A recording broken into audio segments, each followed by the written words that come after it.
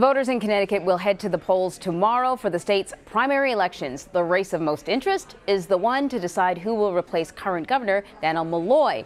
He's retiring. 2 Democrats are vying for a place on the ballot, while 5 Republicans are seeking the GOP's nomination. Malloy has served as Connecticut's Democratic governor since 2011. Ebong Udoma is the Connecticut State Capitol correspondent for WSHU, and he's also a morning host for WPKN. And he's joining us from Connecticut. Thanks for joining us. So, hi, how are you? I am very good. It seems like it's going to be a wide open race for governor, particularly when it comes to the Democrats running. There isn't anybody really in the lead, but boy, you've got a variety of characters, shall I say? Well, there hasn't been a poll, so we don't know. However, Ned Lamont, a businessman from Greenwich, is the party endorsed candidate in the race, and he's being challenged by Bridgeport Mayor Joe Ganim, who served 7 years in federal prison for public corruption. All right, so how's that going over with potential voters? They don't mind that he's a convicted felon? Well, something interesting happened during the one of the debates about a week or so ago. Ned Lamont said he would not support Ganim in the general election if Ganim were to win. However, it doesn't seem as if Ganim has much of a chance to win. I think Lamont will win this primary.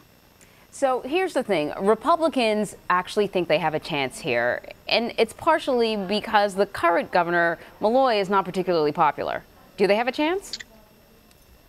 Absolutely, they do. The problem that under normal circumstances, this should be a race that the Republicans should win in November. And generally, we've had Republican, even though Connecticut is a blue state, we have elected Republican governors in the past. And after a very unpopular governor like Dannel Malloy, you'd expect a Republican to win. However, they have a tailwind from Connecticut, but a serious headwind from Washington. A serious headwind from Washington. Can you elaborate a little? Well,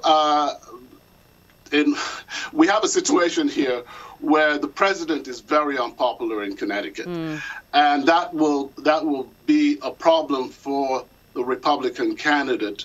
So they have to not distance themselves from the president, but at the same time not embrace him. Oh, I see a lot of dancing going on, very fanciful dancing. There are also numerous congressional races in Connecticut, but specifically the one in District 5 is very interesting. What's happening there? Well, that's the only open seat this November. And what happened was the retiring, well, she's resigning from her seat. The incumbent is Elizabeth Esty, and she had a problem with the way she handled sexual harassment complaints that were made against her former chief of staff. And the fallout from that was that she decided she would not seek another term in Congress, opening up the seat. But what's happening there is that it seems most of the excitement is on the Democratic side.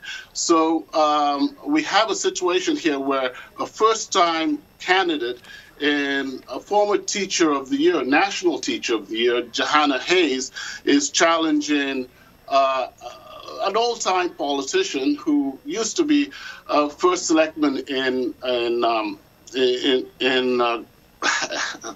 sorry, in Simsbury. That's where she was. Mary Glassman. Okay. I'm gonna go ahead. What I was going to ask you is, you mentioned that the president is not particularly popular in Connecticut. Do you see the midterms as, at least in Connecticut, is this going to be sort of a referendum on the president and how he's doing? Or are Connecticut voters more interested in certain local issues that are particular to that state? Well, Connecticut voters are concerned about local issues. But let me just say this. Since 2016, the registration of new voters has been the highest we've ever had between two elections, within an election cycle. We've had more than 200,000 voters have registered as Democrats since 2016. And I believe about 80,000 have registered as Republicans. Oh, that's very interesting. So basically, and for people to register at this high level means that there will be a higher turnout in the vote this November.